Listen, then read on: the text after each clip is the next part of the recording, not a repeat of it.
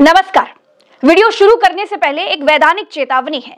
जो लोग दिल के मजबूत हों और सच को सहने की क्षमता रखते हों, वही लोग इस वीडियो को देखें। बाकी के लोग स्किप करके नाच गाना लगा लें। दोस्तों, हादसे में 15 लोगों के मारे जाने के बाद सर्बिया के प्रधानमंत्री का इस्तीफा ले लिया गया है। सर्बिया में लोगों की जान की कीमत किसी प्रधानमंत्री, किसी मुख्यमंत्री की गद्दी से ज्यादा है। रेलवे स्टेशन का एक हिस्सा गिर गया था, 15 लोग मर गए थे। लोगों ने प्रदर्शन किया और प्रधानमंत्री का इस्तीफा ले लिया गया। भारत में कुंभ में भगदड़ हुई है। अखबार कहते हैं कि 35 से ज्यादा लोग मारे गए हैं और सरकार इतनी ढीठ है कि कहती है कि कोई नहीं मारा गया। अखिलेश यादव योगी आदित्यनाथ का इस्तीफा मांग रहे हैं और योगी कहते हैं कि अफवाहों पर ध्यान ना दें। दोस्तों, जिस कुंभ में घंटे घड़ियालों की आवाज होनी चाहिए थी, वो कुंभ एम्बुलेंसों के शोर के नीचे दब गया। जिस कुंभ में लोग पाप मिटाने, दान पुण्य करने के लिए आए थे, वो अपनों के प्राण दान करके गए। कुंभ के भीतर ऐसी तस्वीरें देखने को मिली जैसी कोरोना के समय देखने को मिली थी। तब भी सरकार भाजपा की ही थी, तब भी नदी गंगा ही थी और तब भी लोग मारे गए थे। कुंभ में हुई भगदड़ के बाद एक महिला अपने संबंधी को जिंदा करने के लिए उसके मुंह में ऑक्सीजन फूंकती नजर आई। इस तरह दो तस्वीरें देखिए, एक कोरोना की है और ये एक कुंभ की है। क्या आपको दोनों तस्वीरों में कोई विशेष अंतर दिखाई दे रहा है? अब दोस्तों, इन सब के बीच एक बड़ा सवाल यह है कि योगी सरकार कहां है, वो क्या कर रही है? तो उसका उत्तर यह है कि योगी सरकार कुंभ में हुए इस भीषण भगदड़ कांड को छिपाने में लगी हुई है। राजेश द्विवेदी नाम के ये बड़े पुलिस वाले हैं। ये क्या कहते हैं? कहते हैं कि कोई मरा नहीं है, कोई भगदड़ नहीं हुई है, अफवाहों पर ध्यान न दें। नहीं, कोई स्टैम्पेड वाली बात नहीं थी। बेसिकली ओवर क्राउडिंग हो गई थी, जिससे कुछ श्रद्धालु घायल हो गए थे। और अभी जैसा आप देख रहे हैं, स्थिति पूर्णतया नियंत्रण में है। किसी भी अफवाहों पर ध्यान न दिया जाए। योगी आदित्यनाथ भी यही बात कहते हैं कि अफवाहों पर ध्यान न दें। कौन मरे, कहां के मरे, कितने मरे, कोई नहीं बताता। बस ये कहा कि घायल जल्दी ठीक हो जाएंगे। लेकिन नरेंद्र मोदी दिल्ली में रैली करते हैं और कुंभ में मरने वालों को श्रद्धांजलि देते हैं। महाकुंभ में जो दुखद हादसा हुआ है, उस हादसे में हमें कुछ पुण्यात्माओं को खोना पड़ा है। कई लोगों को चोटें भी आई हैं। मैं प्रभावित परिवारों के प्रति संवेदना व्यक्त करता हूं। अमित शाह भी कहते हैं कि जिन लोगों ने अपनों को खोया है, मैं उनके लिए संवेदनाएं व्यक्त करता हूं। योगी सरकार किसी के मरने की बात से इनकार कर रही है और इसे अफवाह बता रही है। तो क्या इस देश के गृह मंत्री अमित शाह अफवाह फैला रहे हैं? क्या इस देश के प्रधानमंत्री अफवाह फैला रहे हैं? क्या इस देश की राष्ट्रपति अफवाह फैला रही हैं?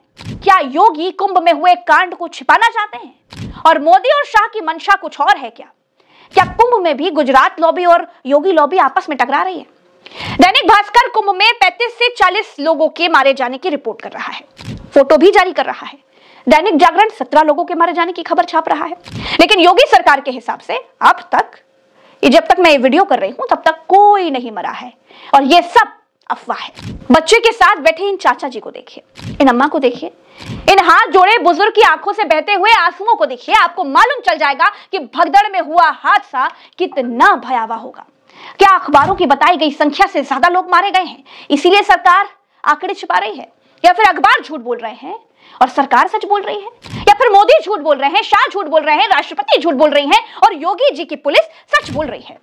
दोस्तों, जो योगी सरकार कुंभ में आने वालों का आंकड़ा जारी कर देती है, बिना किसी गिनती के ये बता देती है कि आज 10 करोड़ लोग आए, आज 3 करोड़ लोग आए, वो भगदड़ में मारे गए लोगों की संख्या 18 घंटे बीत जाने के बाद भी नहीं बता पा रही है। कुंभ में आम आदमी के लिए कोई बड़ी व्यवस्था नहीं है। उनके सोने के लिए, उनके रहने के लिए, ठहरने के लिए केवल नाम मात्र की व्यवस्था है बस।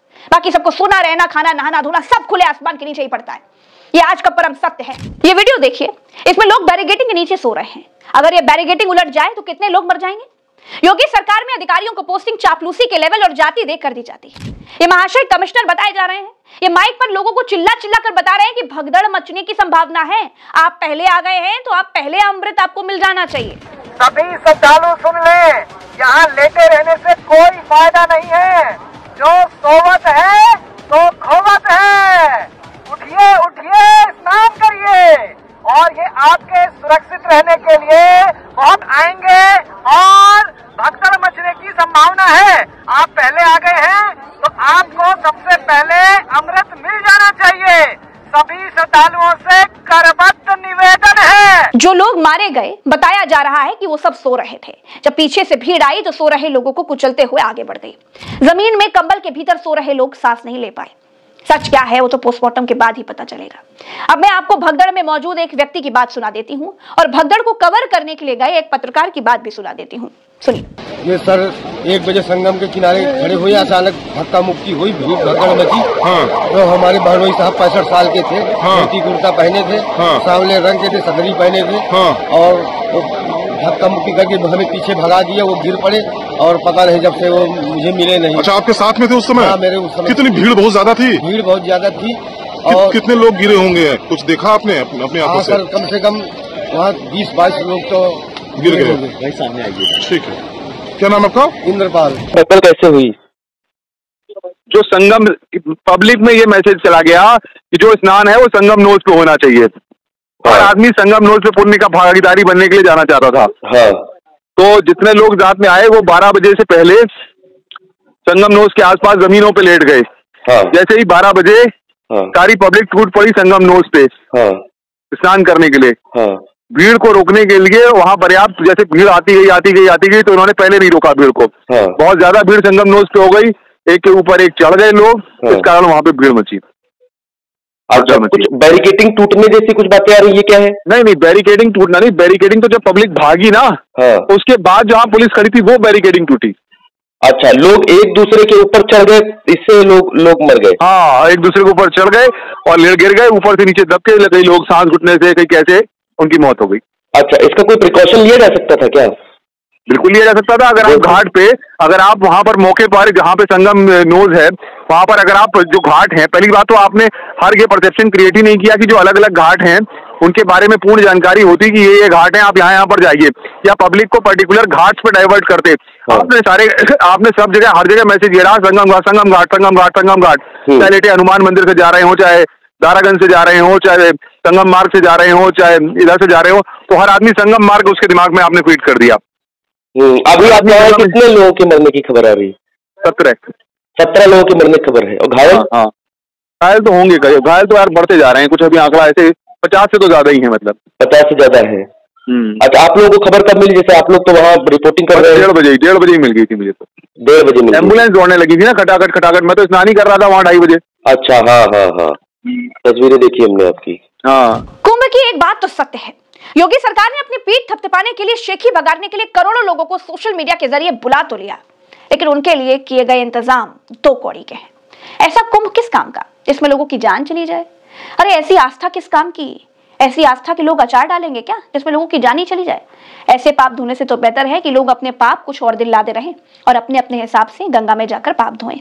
सरकार के बुलाने पर ही पाप धुले जाएंगे क्या? ये कहाँ लिखा है? कुंभ में हुई भगदड़ 100% योगी आदित्यनाथ की सरकार का फेल्योर है। इसके जिम्मेदार योगी आदित्यनाथ हैं। अखिलेश यादव ये कहते हुए योगी आदित्यनाथ का इस्तीफा मांग रहे हैं। दोस्तों, जो लोग हादसे की जिम्मेदारी तक नहीं ले रहे हैं वो इस्तीफा क्या देंगे? चलते हैं। राम राम, तो अस्सलाम, जय हिंद। चैनल पर अगर आप नए हैं तो चैनल को सब्सक्राइब कर लीजिएगा। जय हिंद।